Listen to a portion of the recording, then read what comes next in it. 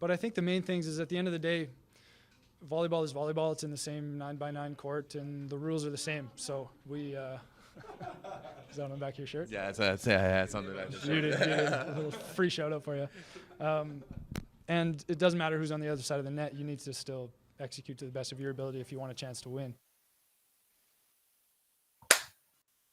Guys, that's it. We made it. It's done. That was a fantastic 16 days of Olympic volleyball. And this is the final episode of the 9x9's 2024 Paris Olympic volleyball coverage. My name is Everett Delorme from Toronto. In a stylish Team Canada jersey. This is well real quick. That is Rob St. Clair from Chicago.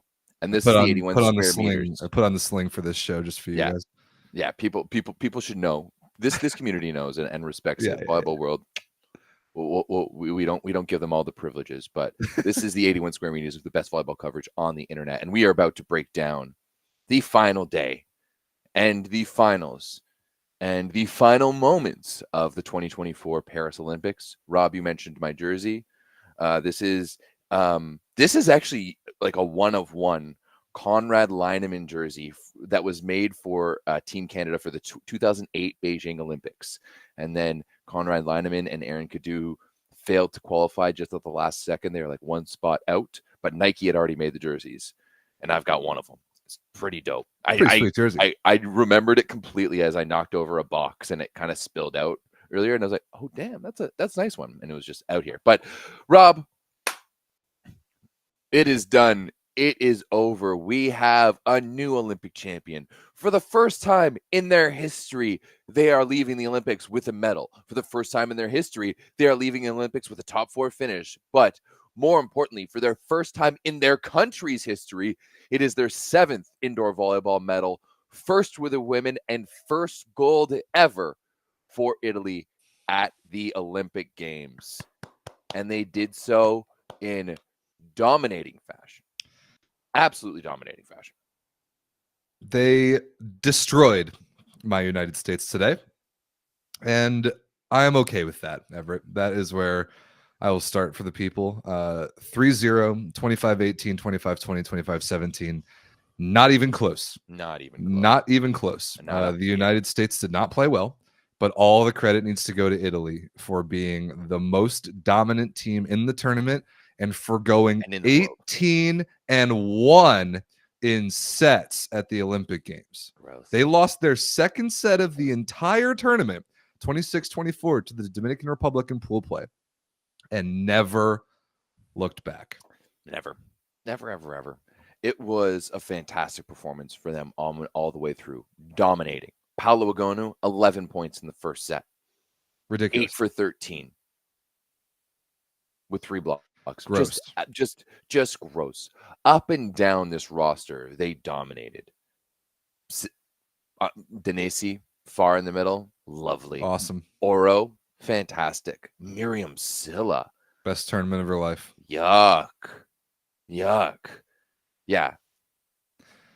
And the MVP, obviously, Paula Agonu, who was in fact named the MVP. Everett, thank goodness. Thank goodness. We would have had to do something drastic. But you mentioned 11 points in the first is absurd. 22 overall, the best player throughout the duration of the tournament. And Italy as a team was so good. They were just so good. They out-hit the United States by 24% in terms of efficiency, 389 to 149 out of 1,000. They out-blocked the United States 11-0.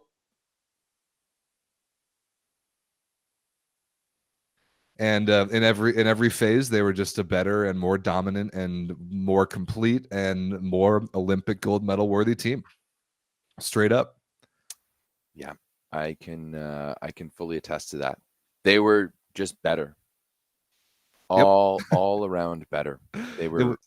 It was a different sort of flavor of ass kicking compared to France yesterday, because France was just perfect and they were just impervious to any amount of pressure. Italy today was suffocating.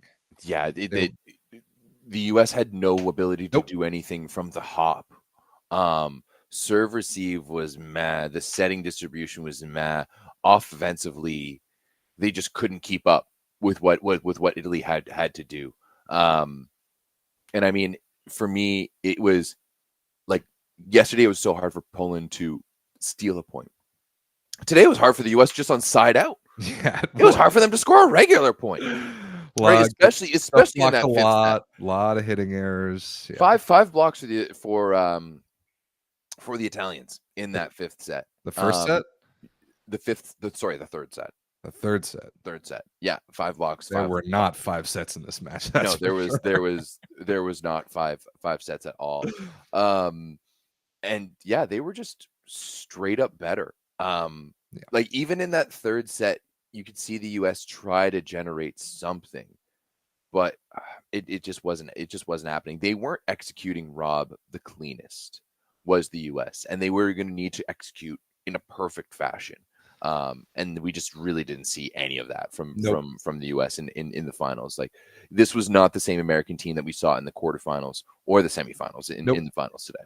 No, it was bad. It was a revolving door at a lot of positions. Catherine Plummer was horrendous. She made 6 errors in the first set.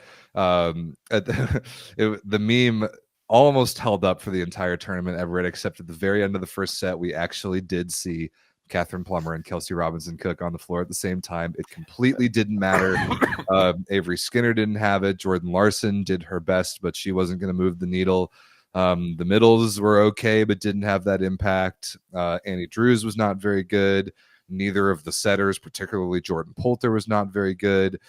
But I honestly don't think it mattered. I think Italy deserves a lot of the credit for putting that level of pressure on us and for executing at an insane level, and for the historical achievement that they now have in the history books. And Everett, to speak on this historical achievement, we would like to bring in a very, very special guest. Yes, you've heard us talk about this a lot. Yes, so let's give the floor to someone else. Yes, we would like to give the floor to somebody else, an OG member of the Volleyball Source community who bullied us in Discord today. He said, "I demand to be brought on the post-game show," and who are we to say no to Tommy Blizzard, ladies and gentlemen? Mr. Tommaso Panini, welcome to the show, and congratulations. Hi everyone.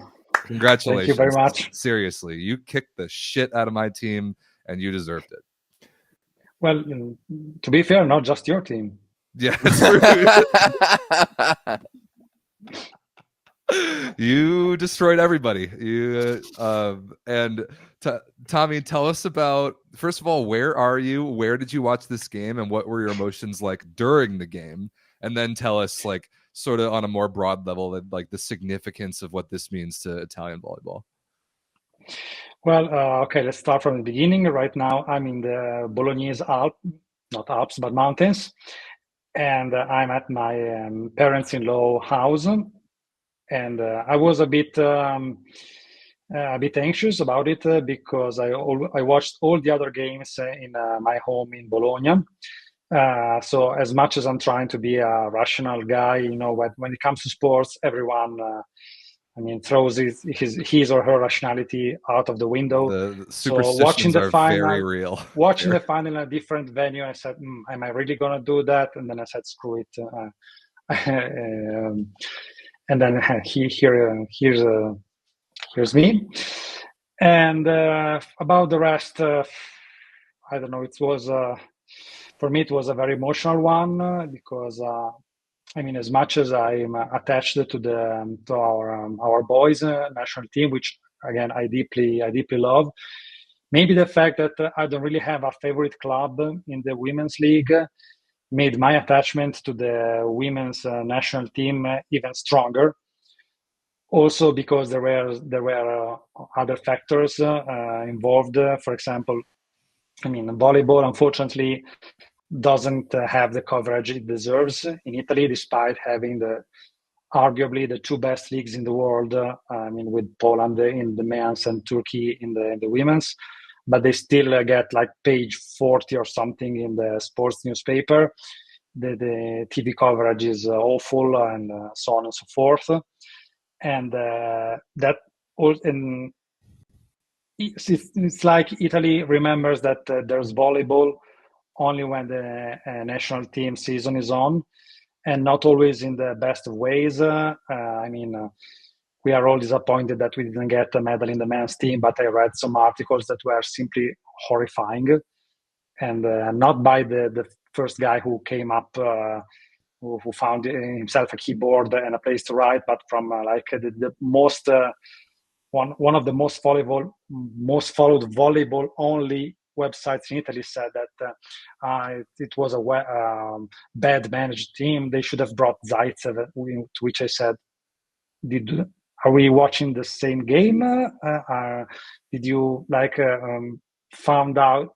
Did you just discover time travel? You want to bring 2016 Zaitsev back to the team? I mean, if you do that, okay. But 2024 Zaitsev in this team.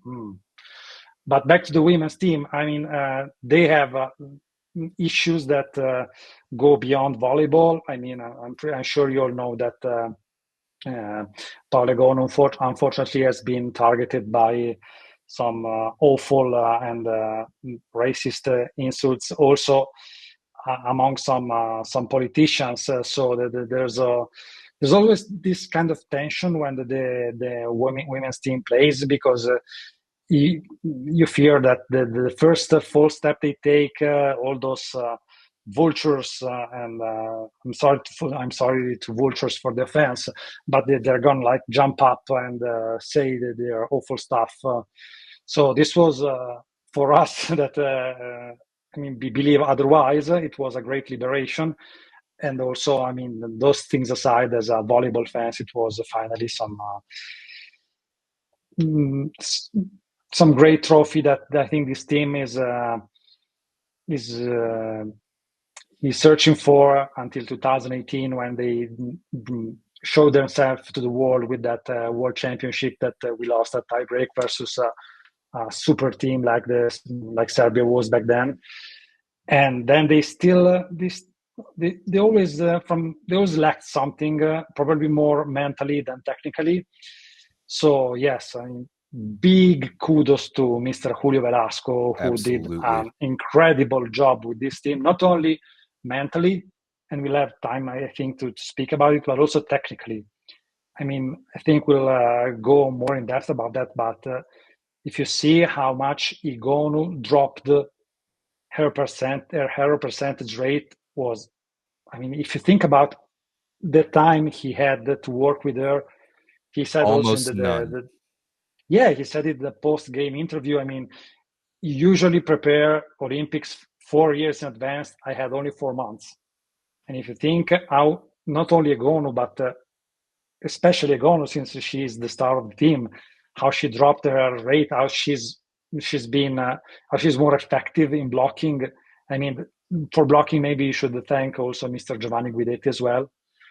But also how Silla is dramatically improved after a kind of lukewarm club season.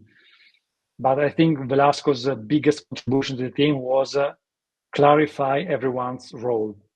You don't have to be best friends when outside the court, even if he did some great job in that as well.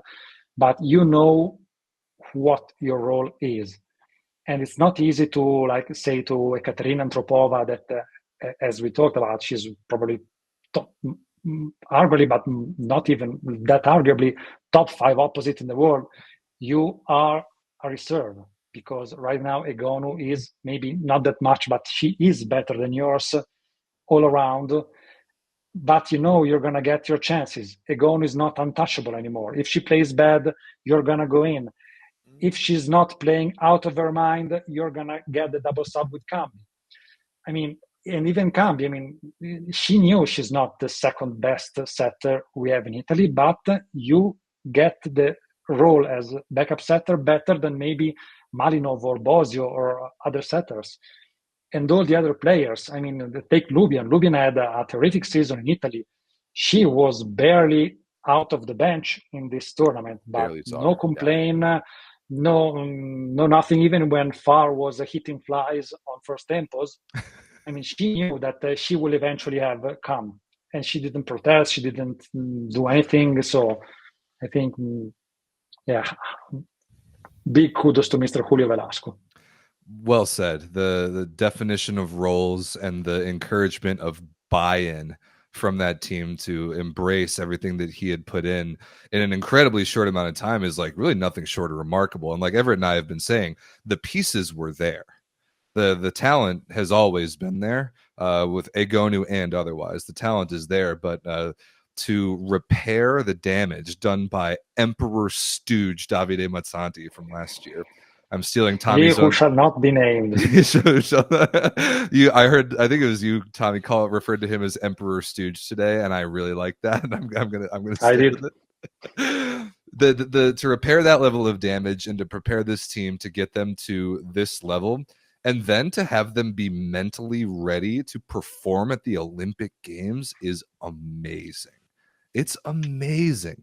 Any team going 9-0 in the knockout stage of the Olympic Games is remarkable, but especially a team who had never done it before with a first-year head coach. It's an incredible list of accomplishments. Yeah. Tommy, how good do you think this team would have been if they had Pietrini and DeGradi? Wow. I mean, we discussed briefly in the chat lately. I mean, it's one of those questions that will never have an answer. I mean, of course, on a purely technical point of view, both Pietrini and DeGradi are better than both Giovannini and Omorui. But as we all know, volleyball is not math. I mean, the performance of a team are not just the mathematical sum of their talent. And I mean, honestly, I think that with DeGradi in place of probably Omorui, wouldn't have changed much because she was well-oiled. She was, she was inside a well-oiled mechanism. She got inside really well. I mean, she was friend with most of the players, and on the court, the chemistry was there. I don't know about Pietrini. You all know I'm a huge Pietrini fan, but I don't know if also on a technical point of view, I mean, having her instead of Giovannini would have been a bit of a problem when Silla or Bosetti in the very first games started tilting on passing, and Pietrini has lots of qualities. Passing maybe is not yet one of those. And we'll see how she'll do with Lavarini next season. But I mean, luckily we are wondering about those questions with a gold medal around our neck. That's right. But I mean, the truth is we'll never know, and it's very hard to say what would have changed with them on the roster.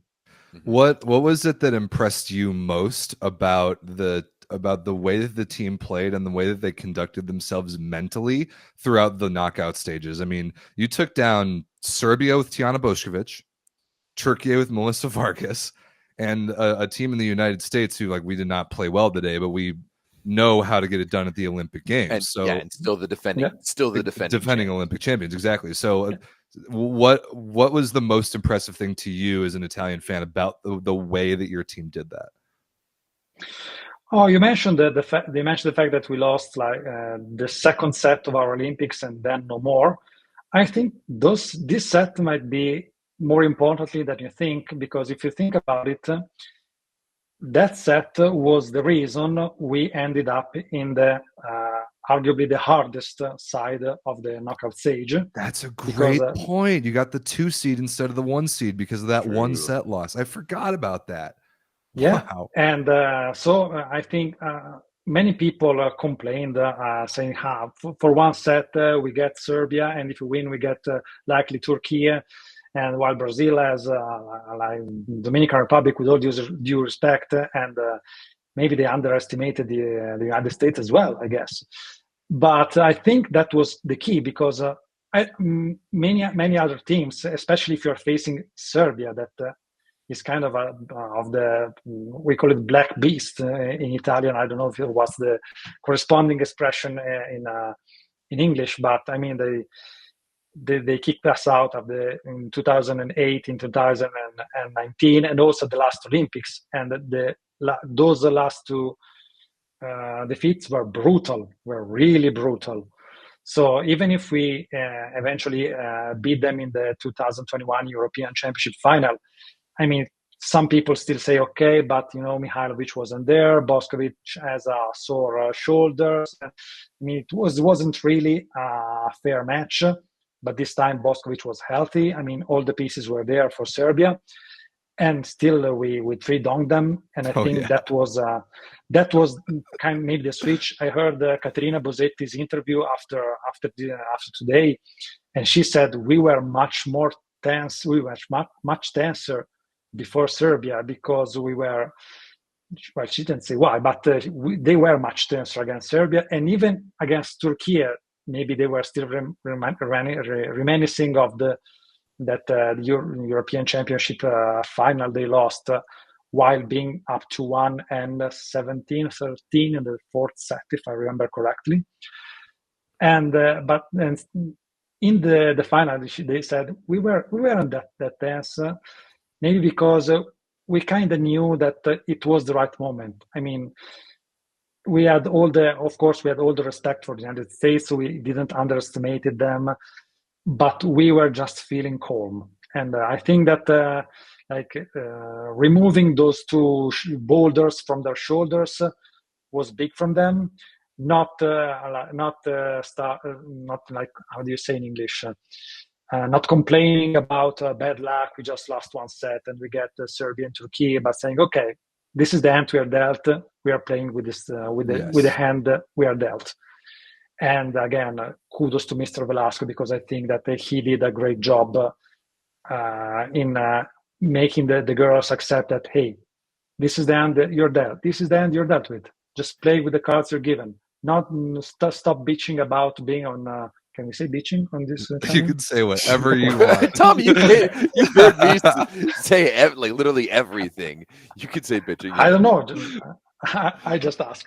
And I mean, yes, at the end of the day, they just said, okay, we're playing with who the opponents are, and not ours. Does it make it sweeter, Tommy, that you beat two Italian coaches along the way in Guidetti and Santarelli? I don't think that's a big of an issue, honestly. Guidetti hasn't been coaching in Italy for ages, and I mean, some people have issues with him because sometimes he can be a little cocky, but I don't think that is an issue. And I mean, Santarelli is he's a good guy. Maybe the Conegliano's opponents fan don't like him as much as Conegliano fans, but I mean, he's not like I would say a Stoichev or a Terzic, people who attract a lot of criticism, right or wrong. Universal stooges, as I would call them. Yes, universal stooges. I mean, stooges or not stooges, they have this attitude that sometimes can be really cocky, especially if you're playing against them. But I think Guidetti and Santarelli fall under that category. Maybe Guidetti a bit, but not that much. Yeah. No, not yet. He had one bad summer. Let's give him the benefit of the doubt and allow him to bounce back before we start putting him into the stooge category. How about, Tommy, just some of the individual performances, and in particular, I think that I saw it just before this show, but it sounds like Monica De Gennaro's national team career is over, and that she is one of very few players all time who have been able to retire truly on top of the game with an Olympic gold medal. Like, what put into perspective, like, some of the significance of what the individual players accomplished, and how Moki in particular, if this is the end of her career, just what she and some of the other players have meant to Italian volleyball. Well, first of all, I'm just hearing this about Moki. I saw it just before I started the show. I'm not sure if it's confirmed, but it wouldn't surprise me. I'll put it that way. No, it wouldn't surprise me either. I mean, she's 37. Retiring with a gold medal around your neck is something that many people dream about doing. Some people maybe also dreamt about doing, because we all know people who should have retired when they were on top, and maybe they just went on their career too long. And I mean, I'm not criticizing them, because it's their life, it's their career. They do whatever they want with them. And I mean, we are sitting on a bench watching them, and they are the ones going on court. So I don't blame people who play until like 40, despite being the ghost of what they were. I mean, you do you don't get the criticism for that, absolutely. But again, retiring at the top makes sense. Retiring as a woman at 37 makes sense, because I mean, take these words the right way.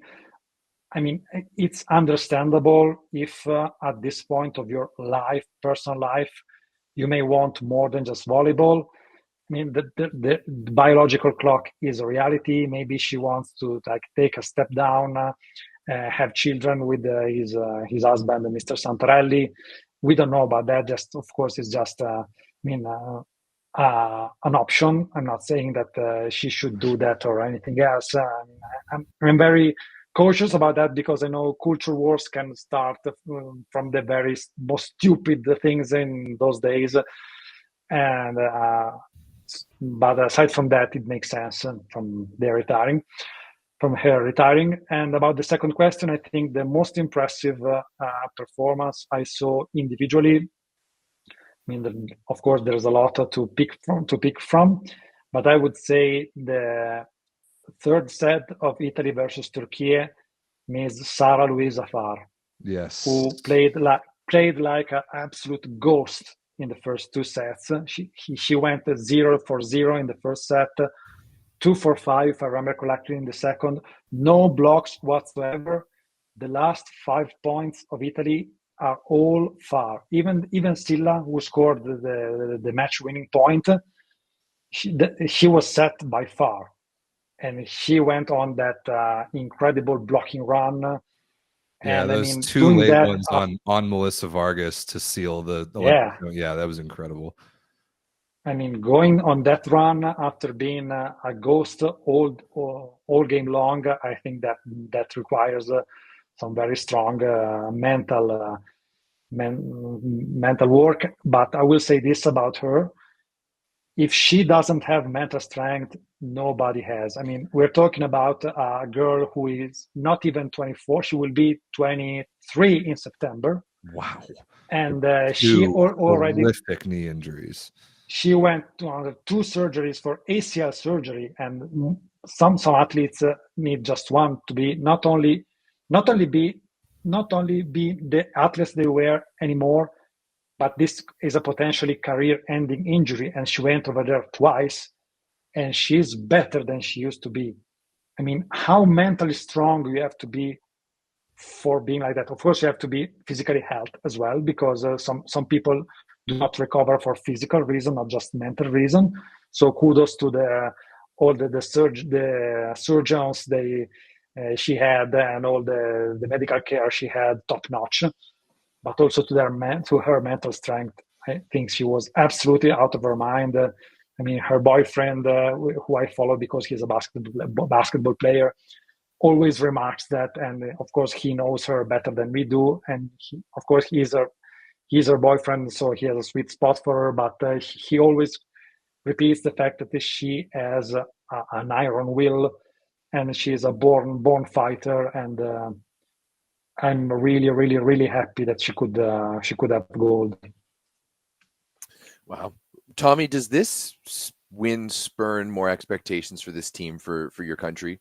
Because when you look at the roster on this team, and you look at, other than De Gennaro, you don't have, like, it's not that old of a team past her, right? No. Like it's you got De Gennaro, but then after that, Oro is a 98. Same thing with Agono, she's a 98. Silla is a 95. So like what, she's a 31. So I mean, when you're talking about Paolo Agonu, she'll be 29 in LA and could still potentially play at least one more, if not another one. Like, plus you have Antropova coming up. It seems like on the youth side for the Italian women, there's a lot of good things happening right now. Yeah, I mean, If my math was right, Italy was the fourth youngest team at this Olympics, and wow. I think the youngest one were the younger ones were Japan, Kenya, and the Netherlands, I think. So of course, this is not entirely a good proxy because, for example, like the most quoted rivals like United States, Serbia, Türkiye, Brazil, etc., may have like some hidden talent that they didn't bring it to the Olympics, and they will blossom in the next few years. But still, they have a very good basis to work on. They have the youth teams are really doing really good also in the other tournaments. Maybe not as good as before, but even that I would be careful about using that as a proxy, because being good in the youth tournaments does not necessarily turns out in being good at senior level. Don't ask the Iranian men for that example. Yeah. Yikes. Yeah. But still, the basis is really, really good. We'll have to see if and how much Mr. Velasco will stay there. And I think the key issue is how much the federation is going to keep up at this level, because I don't think that Velasco mentioned the federation by chance. He never does anything by chance. He was very thankful for our federation for giving him and the girls the perfect environment, quoting his quote, to work on, and that was not always the case. If we think about all the who shall not be named the issue, it was not just him being a stooge, but also the federation saying before, okay, we're taking Mazzanti's side. Okay. Emperor stooges. The rabbit is out of the hat, so first the federation took Mazzanti's side, and then they said, okay, you are a stooge, get out of here. This was not happening from the federation. So I think if they continue working like they did when they gave carte blanche to Velasco, the basis for keeping on doing good are there. But we'll have to see. Also, I hope that they could the interest for club season would be higher in Italy. So more visibility means more sponsors, which in turn means more money and the ability to work better for coaches and the medical team and physios and other stuff. Absolutely. And last but not least, Tommy, before we get you out of here, and Everett and I'll talk a little bit about the rest of the teams and to wrap up the tournament. How happy are you personally about this?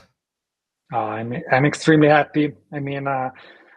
Again, I suffered a lot for this team. We watched some pretty harsh defeats. I still remember 3 years ago when the girls put up some maybe sort of a facade, presenting themselves as the smile team, but it was abundantly clear that they were super nervous, and after they got smashed by Serbia in quarterfinals, they all got into rivers of tears. All the nervous stuff they hid behind their masks came out, and that was a really, really tough moment, of course, for them at first, but also for me.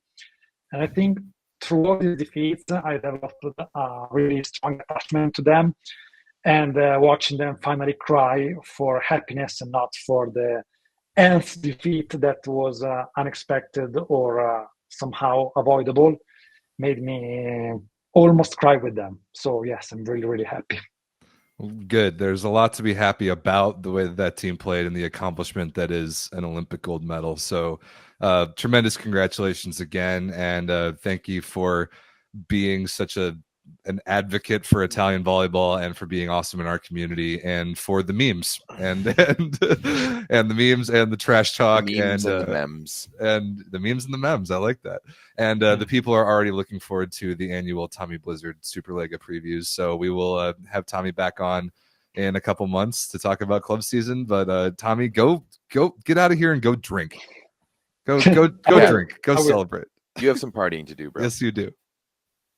Thank you guys for the patience you have with me and for having me on this show, and for all you guys viewing from your home. Keep watching those guys. Thank you, Tommy. You're the man. Grazie, Tommy. Thank you, guys. Tommy, this is the best. What an OG. What an OG. Everett, do you have anything else to say about Italy, or did Tommy pretty much cover it? No, Tommy covered all of it. Yeah, he did. Right. Yeah. You guys, you want to hear it rather from an Italian who has followed this team, and it means more to him. And I mean, if you really want to hear what we think, you can also head over to our episode of the Volleyball World Show. I'm not going to say much different than that. I know it's a little awkward because we're cannibalizing our own audience here on Volleyball Source, but it's pretty cool to be doing all this. But that's why I think it's great to be able to bring Tommy in and just to bring a bit of a different perspective. And also, we love the guy, and he's an important member of our, if you're talking about an OG, he is OG. He's still listening to us too. So he is pre-pandemic volleyball subreddit quality content, way back before any of this. He's ever OG. started. He's Fantasy Superlega OG. Right. He is in the preseason of the Discord. Let's say Tommy Blizzard is in the part of that preseason of the Discord. So he is one of the ultimate OGs. If ever we break away and make a secret Discord, because we get too big, Tommy Blizzard would be. Yeah, he would be in our Noah's Ark of Discords. I like that analogy. I also have nothing more to say about Italy. They were awesome. They deserved it. We praised them on the Volleyball World Show. You can go talk about it. The people want us to talk about the United States, and I think some people want us to talk harshly about the United States, but I won't. I won't do it. I will, Rob. No, I won't. You feel free, dude. I don't really know what else to say. I just think that they ran this was a team that wasn't in the past number of years wasn't used to making long, deep runs in tournaments. And other than that, if this is a team that had been able to have that experience over the past couple of years, I think they would have had a shot in this one. But ultimately, neither you or I picked them to make this match. Nope. They played two of their best volleyball games of the past 3 years in the quarterfinals and the semifinals. The two best games of the quad. So, I don't really feel like there's a necessity to really harp on the things that we've been harping on throughout. This Italian team was better. I do think that there's a world where this American team could have won or could have made it a more interesting game, but I think could have made it a more interesting game. Yeah. I think that you won, especially for me, it's all about your block game. Oh yeah. That is where, and that's what we had talked about in the preview show too, that we thought that the U.S. had a better chance of taking away some angles from Agonu with Plummer and Skinner out there because they were a little bit more physical. Plummer unfortunately laid an egg. Oh yeah, she was terrible. Which pulls that's one of the few things for me. Especially because I've been so much more on the Plummer train this year because she's been so good down the stretch in so many different ones. But she pulled out an all-time performance from her in the semifinals and then just came up short and came up flat in the finals. And it felt like the energy that we saw against Brazil wasn't there today.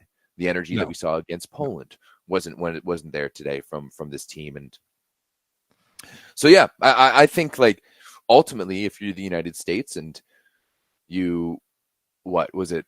A bronze in Rio, a gold in Tokyo, and a silver here in Paris, 5 straight medals for the U.S.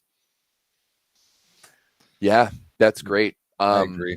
I still think that we probably still deserve Karch an apology because he's still probably one of the GOATs. Because just bringing this team to this position is an accomplishment. Yep. And yeah, I think that's really all I have to say about the U.S. I'm with you on so many of those things. Yeah. Yes. Catherine Plummer was bad today. She was 2 for 16 with 6 errors. That's brutal.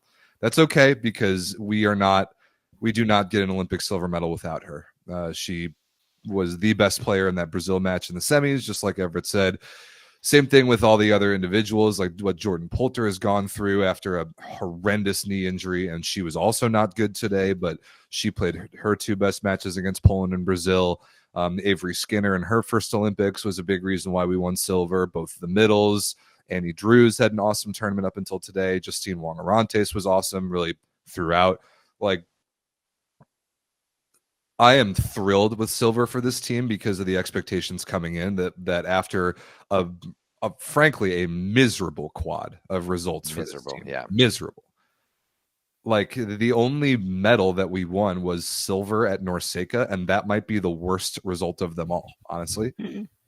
3 bad VNLs, a bad world championship, and a joke of a Norseka tournament, and then to all of a sudden put it all together and win Olympic silver, I think is tremendous.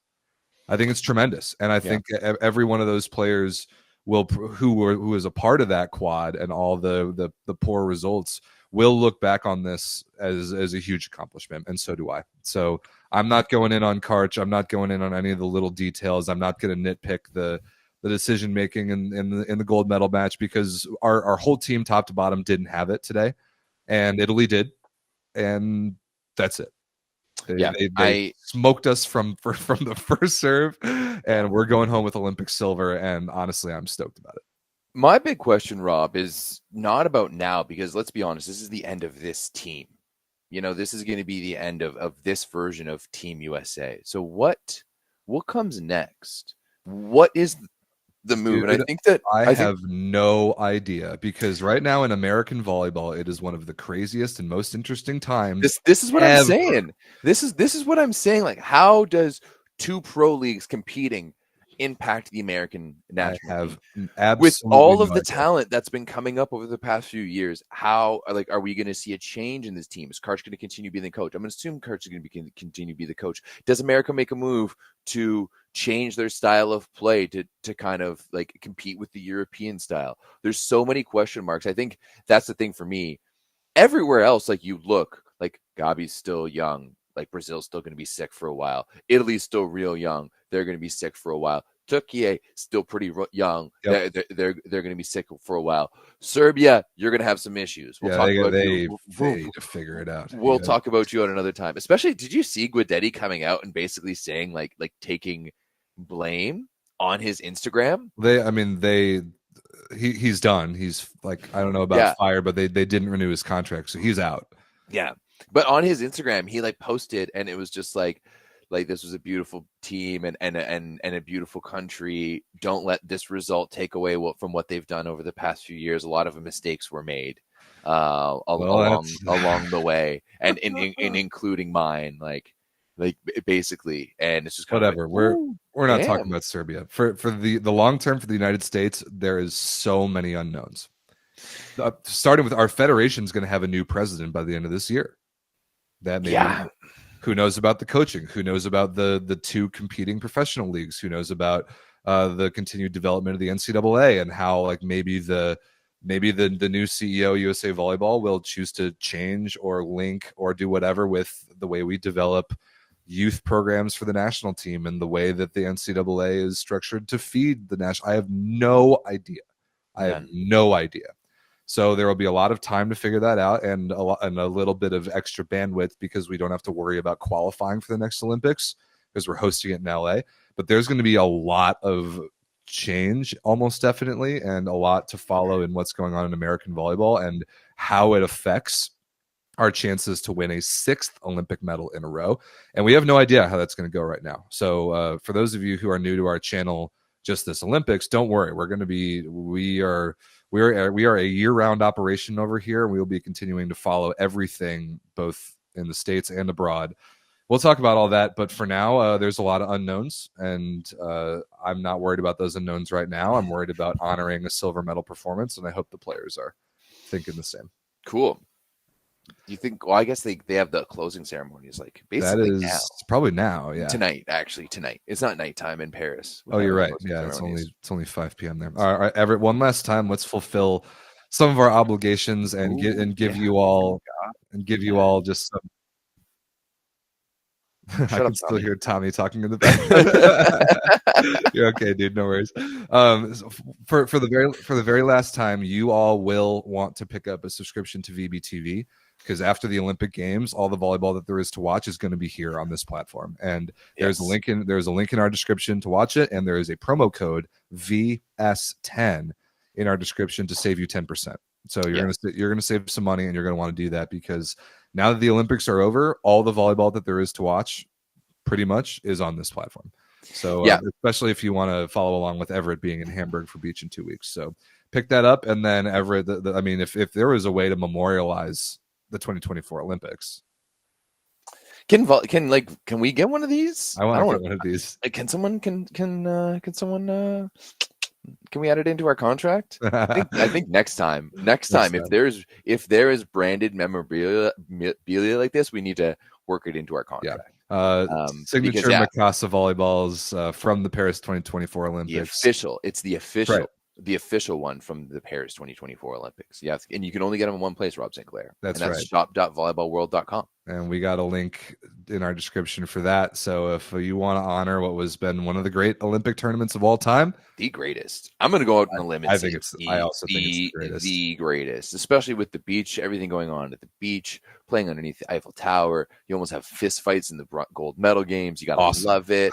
Awesome, bro. Man, Patricia, you want to take on Brandy? Do you know where York University is? Do you know where Brandy and Melissa went to school? You want to go spend some time at Jane and Finch? Yeah. It'll remind you of the favelas for sure. For sure. Come hang out in Jane and Finch. I'll show you the Wagwan way. Oh my goodness. In the chat, we will organize this in the Discord, but this is off the record and not part of our official promotional contract. VBTV did raise their price, so canceling your subscription and renewing it with a 10% promo code just mathematically sounds like a good idea if it were me. I'll put that out there. One more thing to talk about, Everett. It's the bronze medal match. Brazil responded and did not repeat their tremendous disappointment from VNL, thank goodness, honestly. Not because I didn't want to see. I'm not a Türkiye hater, and I know we got some people in the chat to be like, I'm so glad Türkiye didn't win. I don't care about that, but I just wanted to see Brazil go out there and execute and be the team that they could be. And they did that. Yeah. They beat Türkiye 3-1 in the bronze medal match. It was a pretty fun match. It was really like sloppy and weird and chaotic. And I think bronze medal matches kind of should be that way. I think that's fun a lot of the time. Brazil went up 2-0. They went up 27-25 in the second. I honestly thought it was over because of just the way that the scattered way that Türkiye seemed like they were playing, and that they feel like they were holding themselves together by the tiniest threads. But then they responded. They won the third, and then when they were up early in the fourth, I was like, "Oh no, is Brazil going to do the thing again?" But then they went on a pretty devastating 10-1 run from, I think, 7-4 down to 14-8 up in the fourth, and never looked back. And Gabi was unbelievable. She singularly outdueled Melissa Vargas, which is nuts. And Thaisa Daher ended her Brazilian national team career with a block on match point and 17 points total, including 7 blocks. Tremendous congratulations there. Yeah, absolutely. I would have been very interested, Rob, to see a Brazil-Italy final. I think that would have been, once again, America won the semifinals. They fully deserve to be there. That's not at all what I'm saying, as I know some of you American Stooge fans in the chat will be like, "What? You said America doesn't deserve the gold? Everett's such a hater." But USA won fair and square. However, I would have been very interested to see Brazil against Italy in the finals, because I think that Brazil has that just a little bit more star power, and the showdown of 2 former Vakfbank teammates in Gabi against Paulo Agonu on that stage would have been tantalizing. Would have been sick. Tantalizing. But we didn't get that. US was the better team in the semifinals, and Brazil was the better team in the bronze medal match. Yeah, and big congratulations to them, because seriously, like if they had gone through this whole summer without hardware, with the way that they played for 95% of the summer, that would have been rough. Yeah, That would have been rough. 100%. And on the Türkiye side, I mean, fourth place sucks. It's the worst place to finish. I mean, ask Tommy in the background about the Italian men. However, they are so broken, and they were so broken, like physically and clearly emotionally. It had something to do with that, like coming into the tournament, and they were just piecing things together. Like Zara Gunish didn't play in this match. Ebrar Karakurt was terrible the entire tournament. Their outside hitter position was a disaster. They lost John Suozbai for a good portion of it. Like they tried their best with what they had, and I think that the Turkish Federation and Daniele Santarelli and the whole team now, with like a full 4-year quad to prepare, now like being who they are and being so globally relevant and being a contender and having all the pieces, like I think that they will learn a lot from this and be a lot scarier come LA. I'm sure that doesn't help in the meantime because it sucks, but like there's so much to be proud here for this Turkish program. I think so too, and there's a lot to be proud here. Like, yeah. You didn't make it. Like, sure, you didn't win a medal, but you did make it past the quarterfinals for the first time in your history. Like, you made it into that position. Like, people now know, after the past 2 years, people know Türkiye as a volleyball country. Right. And they were on their way there before, after as well. And so that's why, like, someone just posted in the chat, there's going to be a brand new era of volleyball after this. And on the women's side, I fully expect that. Yeah. Like, I fully expect that, is that we're just blossoming into this new era where I think we're kind of like in between, and now we're going to really blossom into this new era now where I think things are going to get even more interesting.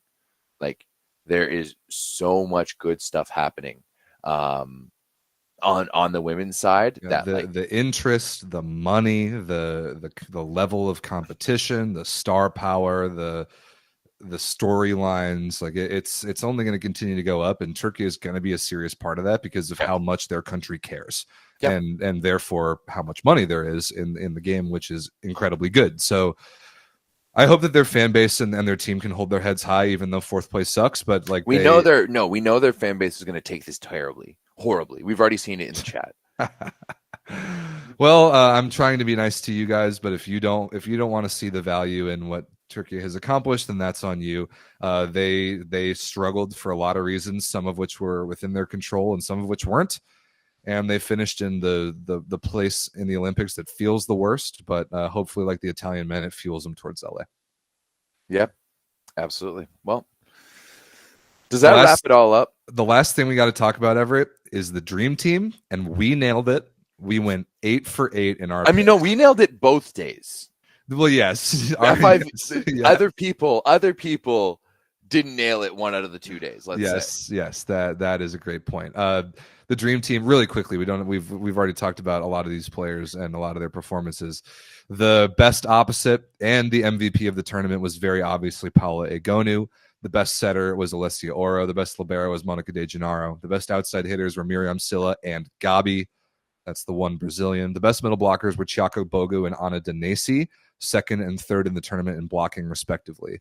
And so 5 Italian players, 6 Italian awards, 1 Brazilian, 1 American. But that is honestly the way that it shook out. Italy was that good, and they had that many individual performances that deserved honors. And we picked it on the Volleyball World show earlier, and that's exactly what the historical records were show, and I feel good about that. So do I, Rob. So do I. And I think with that, Rob St. Clair, that wraps up our 2024 coverage of our 9x9 coverage of the 2024 Paris Olympic Games. Dude, I think we did 27 videos, 27 long form videos between previews and post games and on our channel and Volleyball World's channel. I mean, it was 6 on Volleyball World, 21 here, 15 post game shows, 6 preview shows, like all the clips and all the. I'm exhausted, Everett, and I know you are too, but I feel great about this Olympic tournament and the little bit that we brought to it and the engagement that we've gotten from people and the way that our community has grown. And I will finally go to sleep after this with my stupid broken collarbone, feeling great about what we did this Olympic Games. Yeah, I mean, your soul will feel great, body not so much. I'm supposed to go on a hike in like 45 minutes. I'm really tired. Yeah, no more getting up at 3 a.m. No more getting up at 6 a.m. like I did the last 2 days in my time zone, and it's been a lot. But we sincerely appreciate all of you that have tuned in, and hope that you all have enjoyed the coverage as much as we've enjoyed bringing it to you. And it's helped us to stay so engaged with the tournament and like be more in tune with every single thing that's happening than I personally have ever been in Olympics past. So it's been an awesome event. And again, those of you that are new this Olympics, stick around, because even though we'll probably take about 2 weeks off, we'll be back bare minimum once a week once Everett gets back from Hamburg for beach. And we still got a lot to talk about, and some content ideas like to bridge the gap between now and the club season. And then there's plenty of things to do between now and then.